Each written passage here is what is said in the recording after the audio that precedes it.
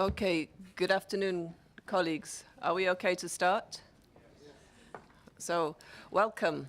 So, we have translation, interpretation for this meeting, and we will be working in English, French, and Spanish. And on the little headset in front of you, you can adjust the language to listen in any of those languages.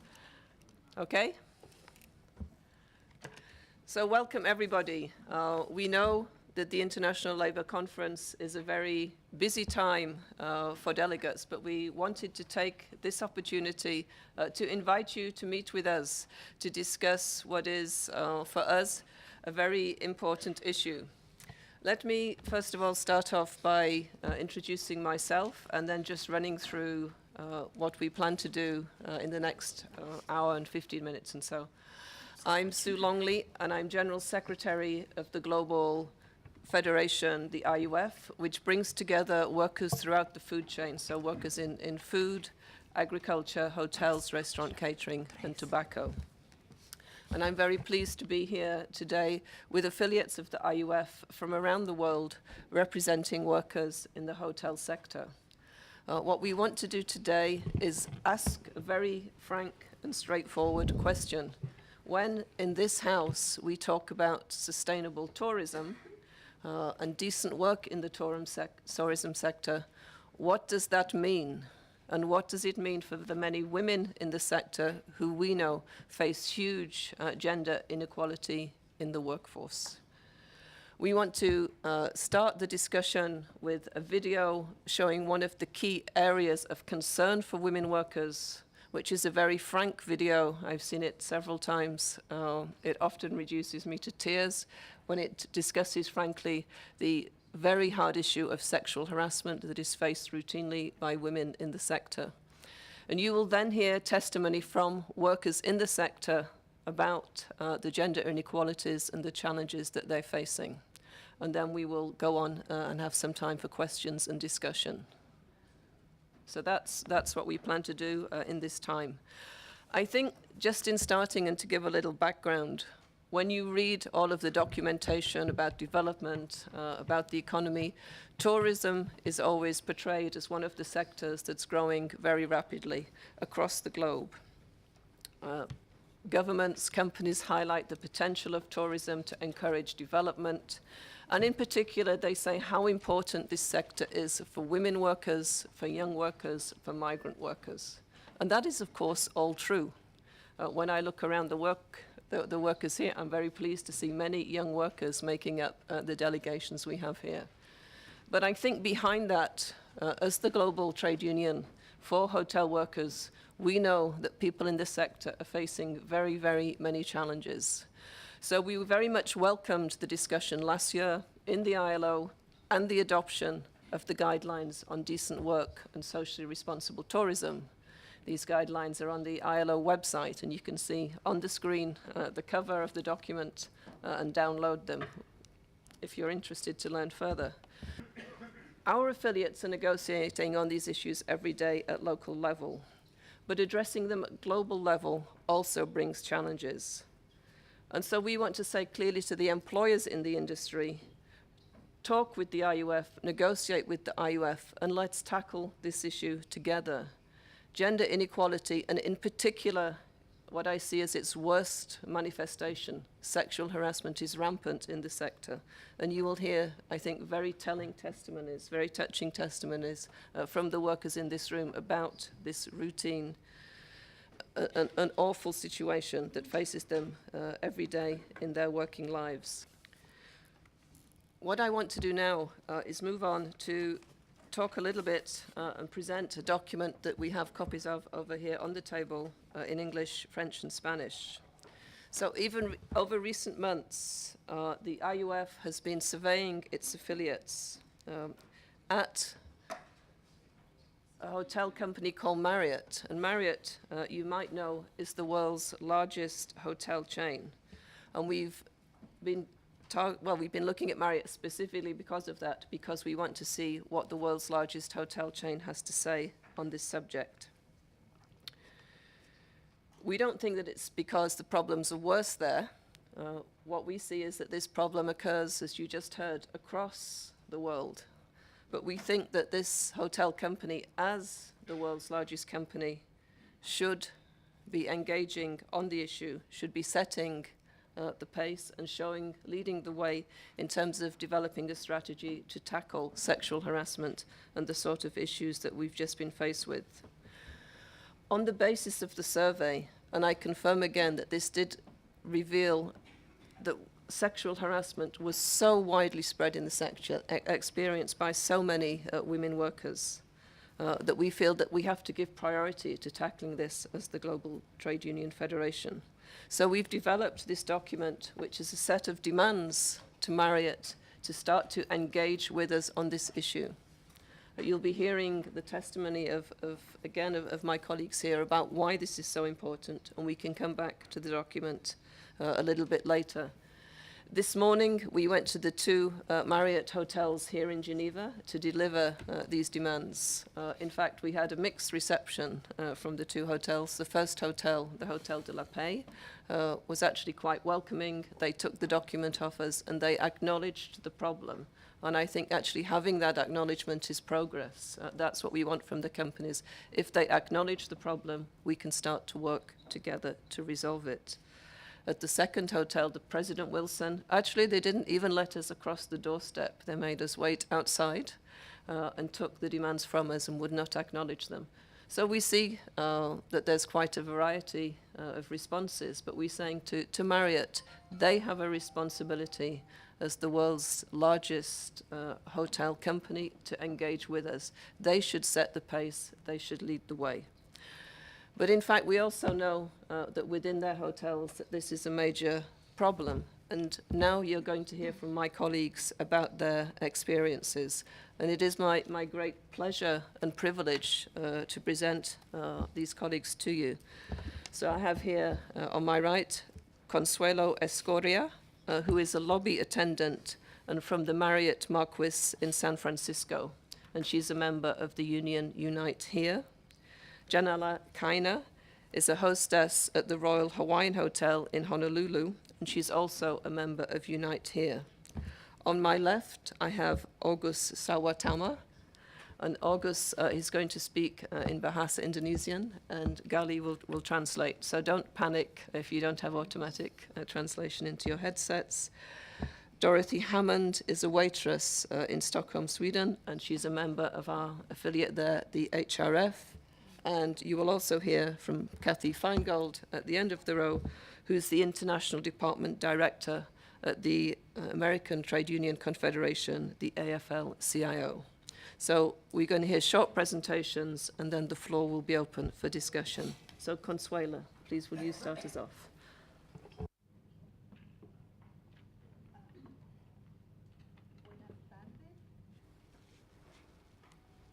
Muy buenas tardes. Mi nombre es Consuelo Escorcia y trabajo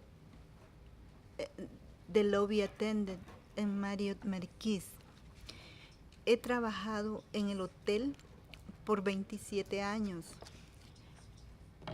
Cuando comencé a trabajar en Marriott, no teníamos unión. Yo junto con otras líderes fuertes como Lisa Correa en banquetes, Laura Barrera en housekeeping, ayudamos a organizar la unión en el hotel. Fue pelea larga y dura. Yo soy del Salvador y nací luchadora. Vine sola a Estados Unidos en el año 1985. Yo tenía 22 años. Había una gran guerra en mi país y violencia estaba en todas partes.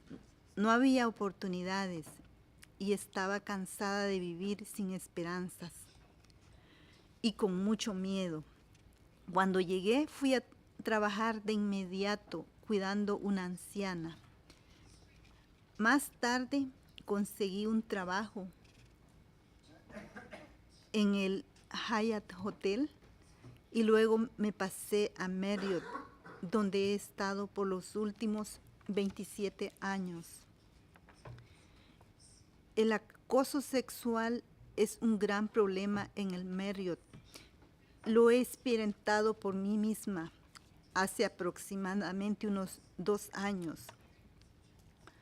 Un sábado, alrededor de las 6 de la mañana, fui atacada sexualmente en mi lugar de trabajo.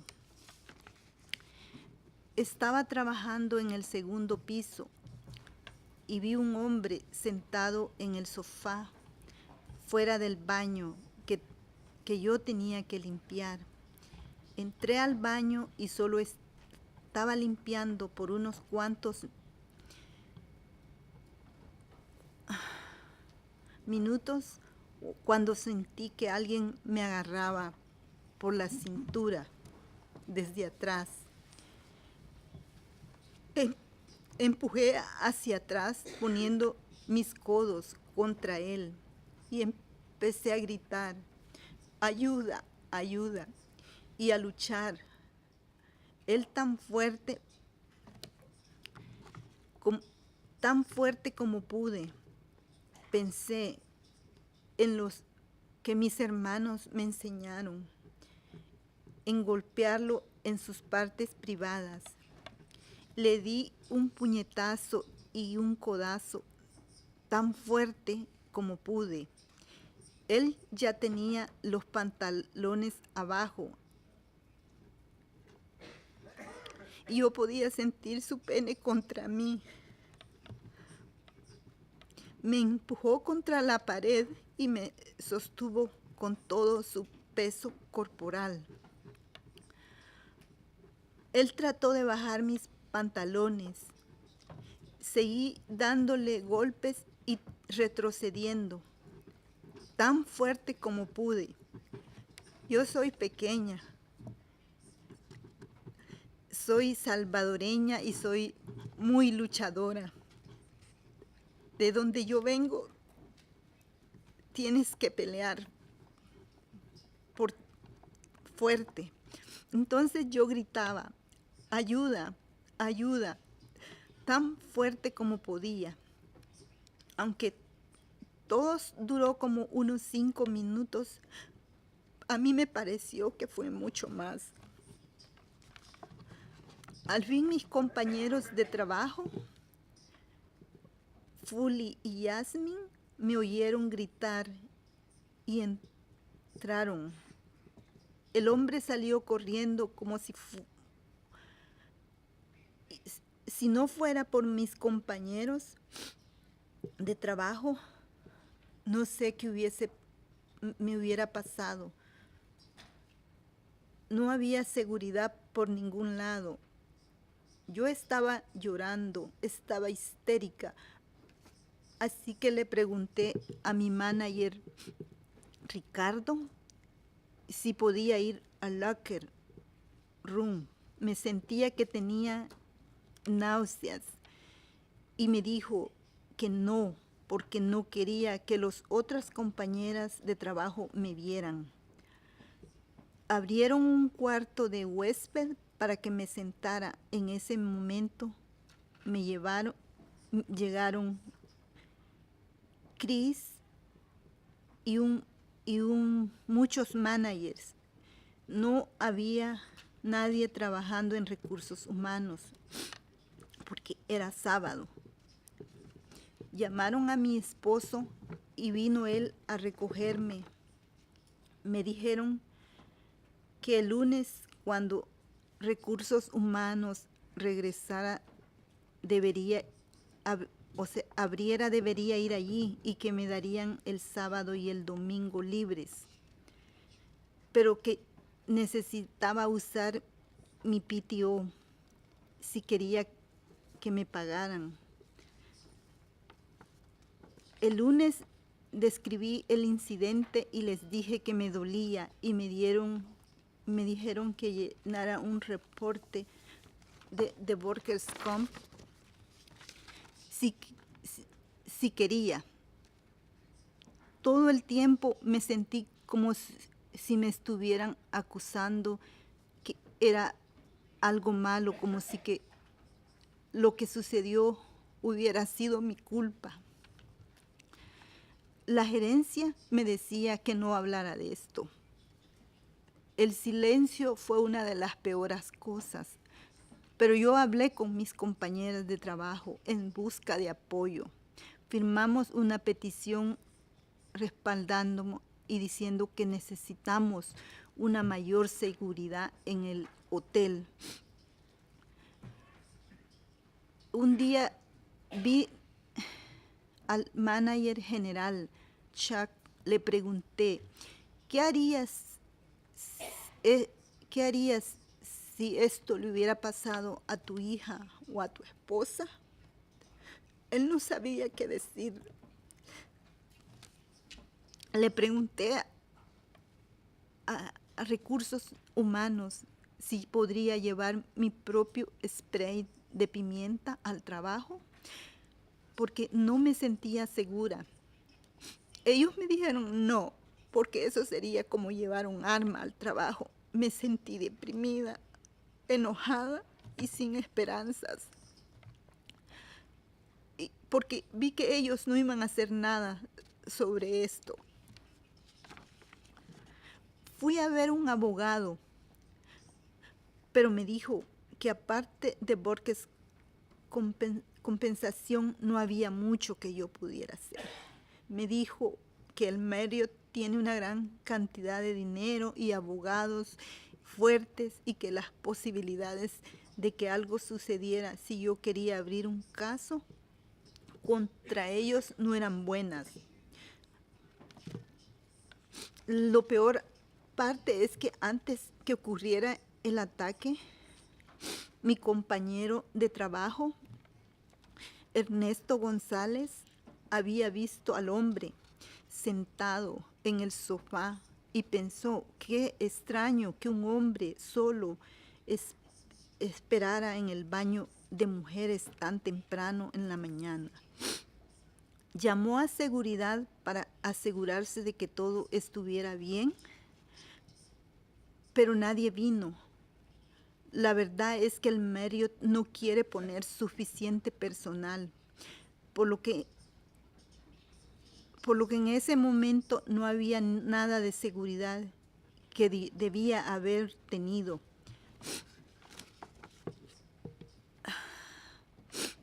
Estuve en terapia por 2 años. Tenía mucho miedo tener relaciones sexuales. Tenía miedo a mi propio esposo y a mi hijo, porque estaba tan traumatizada con los hombres. Aunque nunca fui penetrada, me sentí violada en todos los sentidos. Por casi 6 meses no podía pasar por ese baño sin que me pusiera muy nerviosa. Después de lo que me sucedió, le dije a la gerencia que necesitamos encontrar una manera de proteger a sus trabajadores en el futuro. Pienso que es hora que Marriott asuma las responsabilidades de estos terribles eventos y tome medidas para proteger a todos sus trabajadores. Gracias.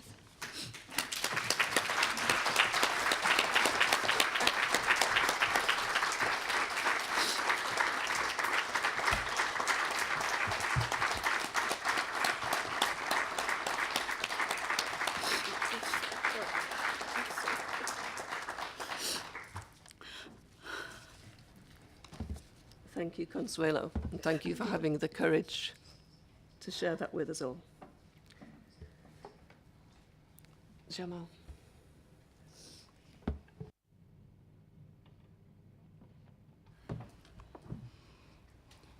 My name is Janelle Kaina. I work at the Royal Hawaiian Hotel in Honolulu, Hawaii, as a hostess in the restaurant. Years ago, there was a big convention in the hotel.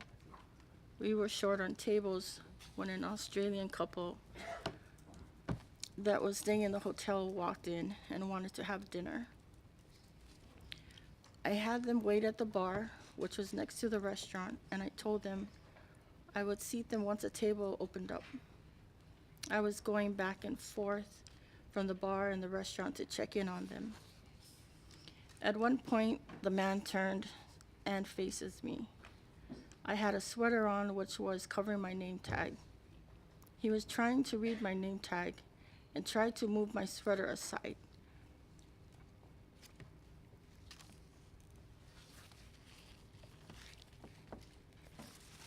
So he could see my name. I opened my sweater to show him my name, to show him my name tag, but he kept swiping at my sweater. The next thing I know, he's groping me, groping my breast, squeezing it and pulling me by the breast towards him. I tried to move back, but he held on to me. I pushed his hand away and said no. He was smirking and laughing at me. I looked up and realized the bartender and other guests were watching. His wife looked and turned when I said no, but I don't think she saw what happened. I felt humiliated. I was in shock. I ran away to the restaurant. What he did to me triggered memories of when I was sexually assaulted as a child. I was overwhelmed and went to a state of panic. I was having an anxiety attack. I got back to the restaurant in a daze. My coworker asked me what was wrong. I told her what had happened and started to cry. Just then my manager came and started yelling at me. The guy at the bar said that I was rude to him, that I had forgotten him and left him at the bar, that I was unprofessional. I was still trying to catch my breath as my manager, was yelling at me. I couldn't take it. I said to him, "You don't even know," and I ran away to the lobby because I was afraid. I thought, who's going to believe me? I just had to get away, and I felt uncomfortable. I found out later that after I walked away, my coworker told the manager, "Oh, you just made a big mistake." And then she told him. He shifted from being angry at me to being furious at the guy. He called the chief of security. They managed to catch the guy away from his wife. They confronted him and he denied everything. But like I said earlier, there were people that saw what happened. The bartender and two other ladies told the manager and the chief of security what they had witnessed. Once the guy knew there were witnesses, he finally admitted it. But he said he's from Australia, and what he did was a form of appreciation for beauty. They didn't buy it. They told him he was not allowed to be within a certain number of feet from me. I was told that when his wife found out what happened, she was upset, and they checked out first thing in the morning. I am here today because I am not willing to be silent. I didn't always know my rights. I didn't know how to fight. Now I do. And I am determined to fight for every one of my sisters who does not have a voice yet.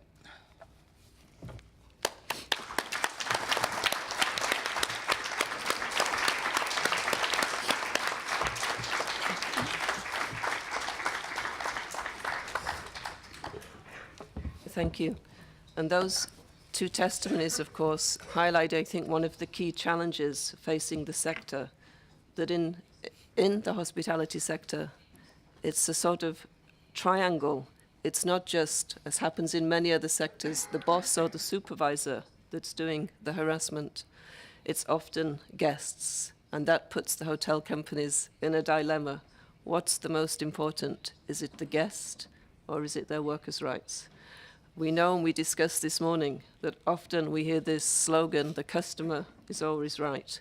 But we think the challenge to the hotel sector is they have to stand behind their workers. We want clear messages to the sector that these awful, awful cases that we're hearing about today have to end, and the companies have to step up, and Marriott, as the world's leading brand, has to make progress on this with us. So now we're going to switch and go over to Indonesia. And our brother Agus is going to give testimony from his experience. And our brother there, Gali, will interpret for us.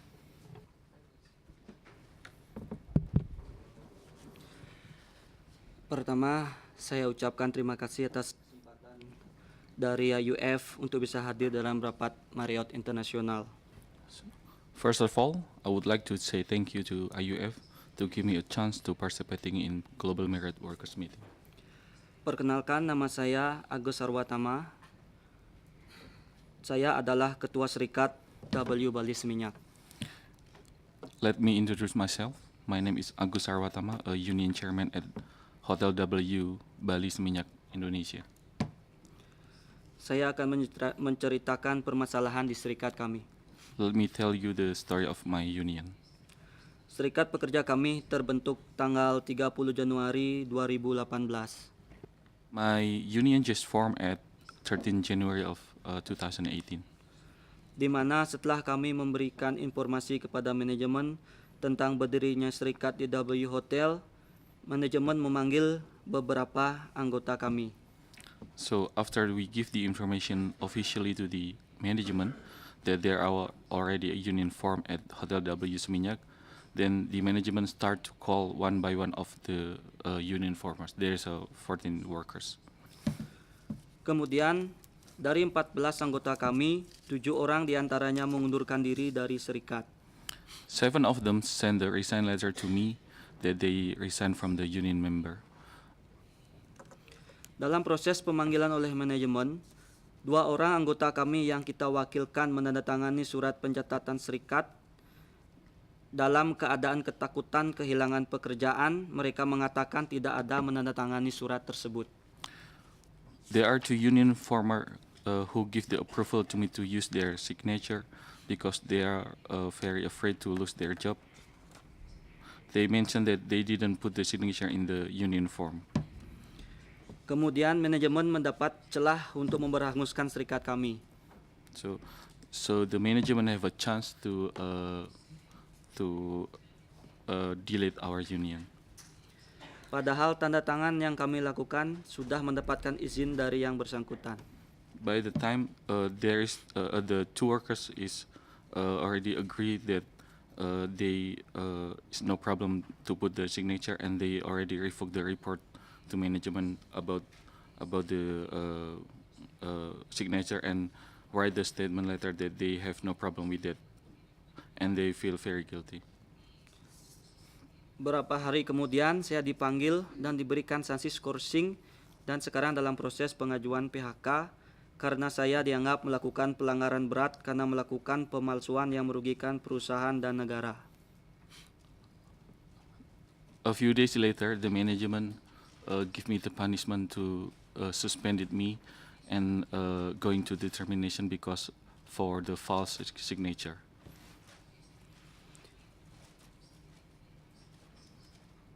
Setelah mengetahui saya diskorsing oleh manajemen, 2 anggota kami mencabut pernyataan mereka karena merasa bersalah terhadap saya.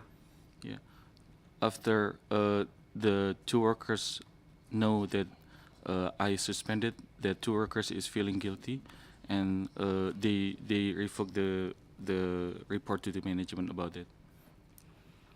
Langkah bipartit sudah kami tempuh, yang dimana dalam proses bipartit manajemen membawa 4 pengacara dan 6 bodyguard. When we have a bipartite meeting between the management with the FSB, the union, the management send the corporate lawyer and send the 6 bodyguard accompanying them. Hasil dari proses bipartit, manajemen tetap akan melakukan PHK terhadap saya. And the management insists that they will terminating me. Tanggal 10 Mei yang lalu, anak kedua saya lahir dan saya dalam keadaan akan di PHK dan sangat menyedihkan untuk masa depan kedua anak saya. On 10 of May, few days ago, my second baby born, there's my second baby born, and it give me, I'm feeling sad about their future. Bagaimana mungkin kami berjuang untuk menghentikan pelecehan seksual, sementara hak untuk mengorganisasi dan hak atas kebebasan berserikat dihalang-halangi? How can we fighting to stop the sexual harassment in my hotel? Well, there is no right to organize and there is no right for freedom of association. Namun saya tetap optimis, dengan pekerja Marriott yang bersatu, saya akan berjuang untuk Marriott untuk bagaimana menghormati kebebasan berserikat dan hak pekerja. Terima kasih.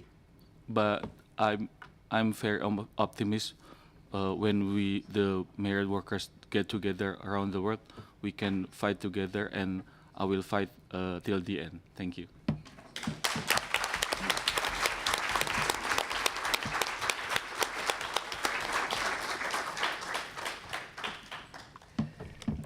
Terima kasih, Agus. And I think you highlighted one of the key issues, that unless we're organized, we cannot fight this so effectively. And I think it's absolutely key to making progress in the sector. So thank you for that.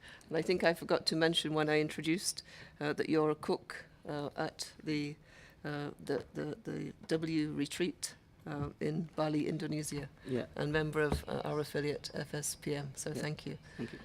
Dorothy, over to you. Yeah, hello and good afternoon.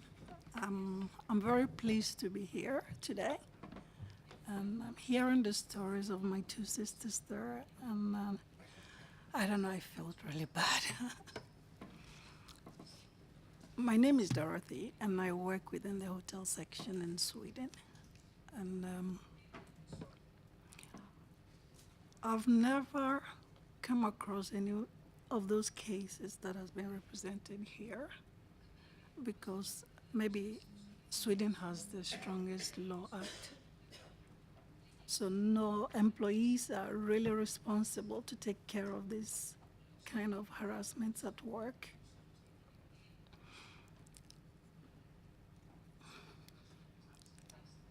I'm really sorry for those cases.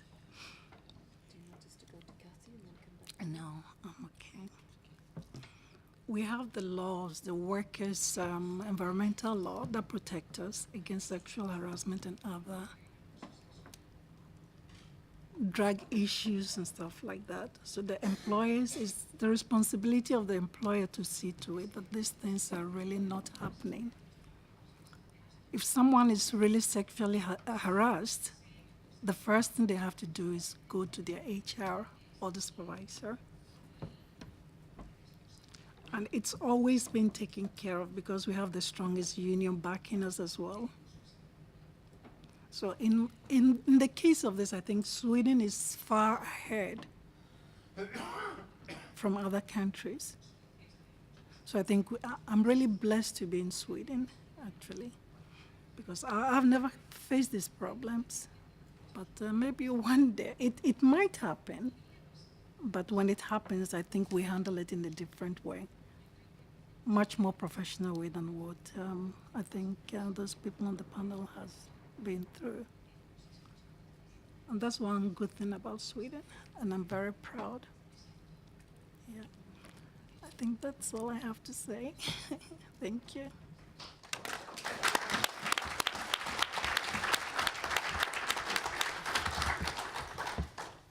Thank you. And that is also our experience. A strong union and strong legislation are the way to go.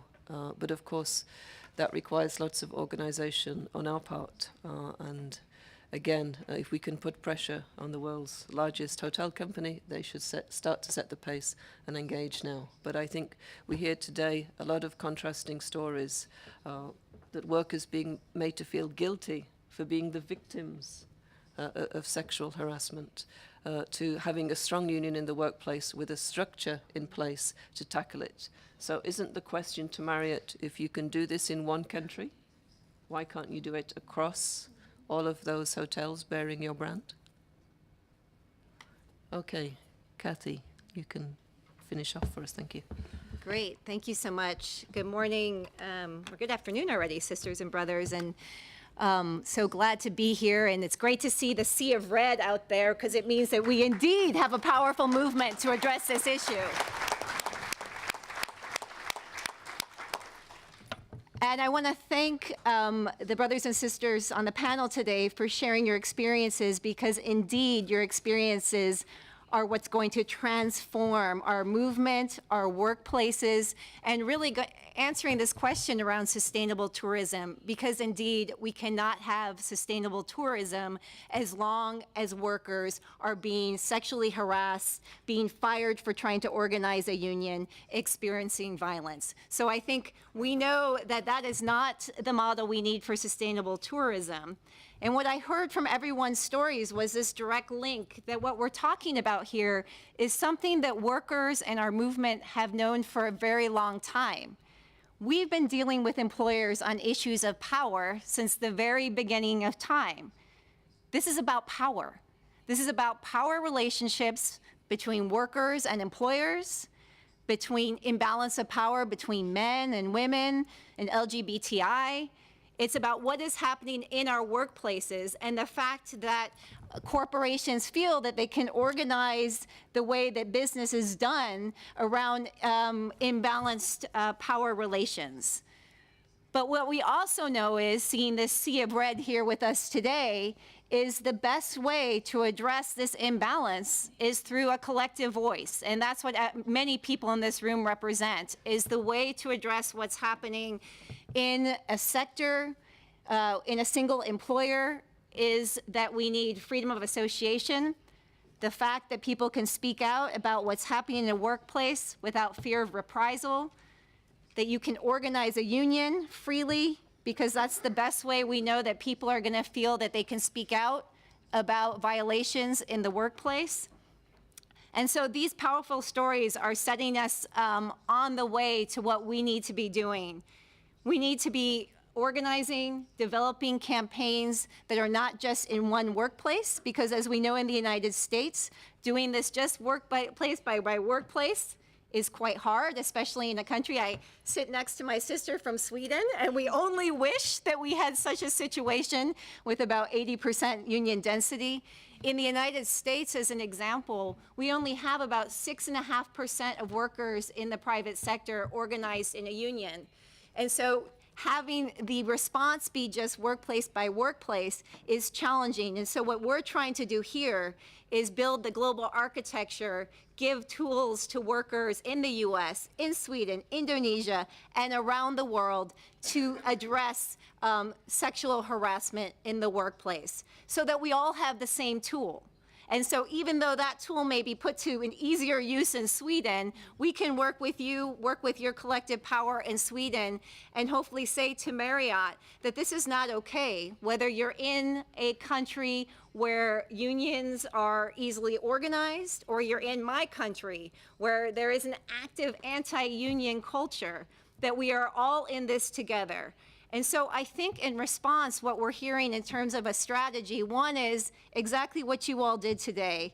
You shared your stories. It's about what you see in your workplaces. It's not a top-down answer, it's a bottom-up. What do workers need? What are they identifying as a problem? And we develop the solutions. And so many of you are already doing that. We saw Hands Off, Pants On as one campaign in the United States dealing with city ordinances, but we need to make that bigger.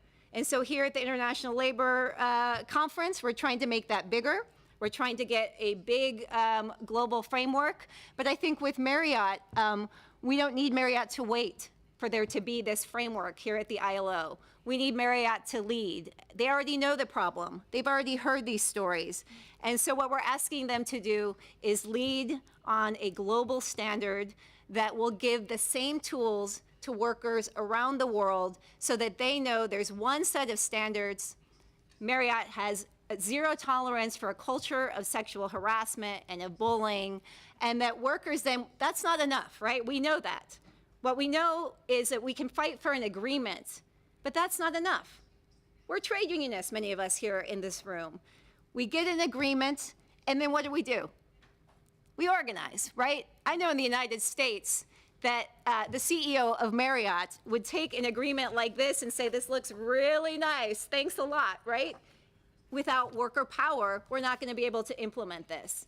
And so the challenge that we all have is to take this global set of demands that the IUF and all of the affiliates have developed, take it to Marriott, win a tool for workers, win a global agreement, and then figure out how we take that back to our own countries, develop organizing campaigns and strategies to make sure that the terms that are negotiated in a global agreement are actually implemented workplace to workplace, the local level, at the national level, making sure that Marriott indeed respects the rights of all workers. Because it's not just if they can fire you, if they can violate freedom of association, you bet they're going to continue with sexual harassment. They're intrinsically linked. Our fight for freedom of association, our fight for power on the job, for the right to have a union, the right to have representation, is the right to live to work